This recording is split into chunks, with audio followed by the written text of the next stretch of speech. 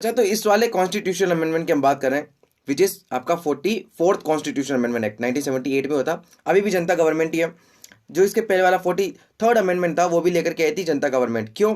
क्योंकि उनको लगता था कि 42nd कॉन्स्टिट्यूशन में पुरानी गवर्नमेंट ने काफ़ी सारे ब्लंडर किए, कॉन्स्टिट्यूशनल ब्लंडर्स, लीगल ब्लंडर्स। उसको सही करने के लिए हमें ऐसे स्टेप्स लेने की ज़रूरत है। तो 43rd में लिया गया था, जो कि मैंने आपको पुराने लेसन में समझा दिया, पुराने शॉर्ट्स में। इस वाले वीडियो में हम जानेंगे 44th और इससे रिलेटेड प्रोविजंस। पहला जो चेंज इसके अंदर किया गया था वो था रिस्टोरेशन ऑफ अ टर्म, जो लोकसभा और स्टेट लेजिस्लेटिव असेंबलीज का था, जो कि 42nd में, अगर आपने नहीं देखी तो जरूर देख लेना वीडियो। उसके अंदर 5 ईयर से बढ़ा करके 6 ईयर कर दिया गया था टर्म, उसको वापस से 5 ईयर पे लाया गया। इसके लिए आपको 42nd पढ़ना जरूरी है अगर आपको 44th समझना है, क्योंकि चेंजेस उसी को इसमें सही किए गए थे। तो सेकंड पॉइंट ये है कि जो कोरम सिस्टम था उसको वापस से रिस्टोर किया गया इस वाले अमेंडमेंट में।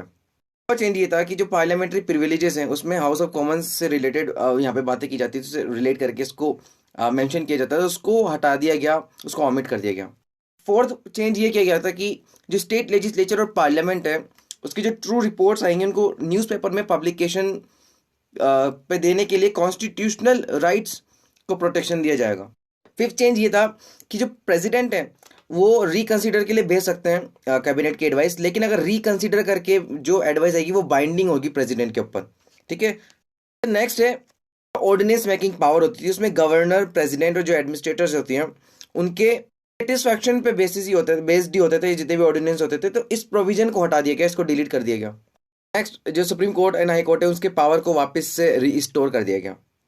चेंज ये किया गया कि नेशनल इमरजेंसी के कॉन्टेक्स्ट में अगर हम बात करें तो इंटरनल डिस्टर्बेंसेस को चेंज करके रिप्लेस करके आर्म्ड रिबेलियन कर दिया गया।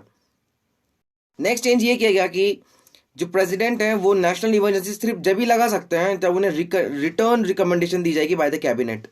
नेक्स्ट है national emergency and presidential rule के लिए कुछ प्रोसीजरल सेफगार्ड्स किए गए। नेक्स्ट चेंज ये था कि जो राइट टू प्रॉपर्टी है ना, ये वेरी इंपॉर्टेंट अमेंडमेंट किया गया कि जो राइट टू प्रॉपर्टी को फंडामेंटल राइट की लिस्ट से उठा करके हटा करके लीगल राइट बना दिया गया under which constitution, yes 300A।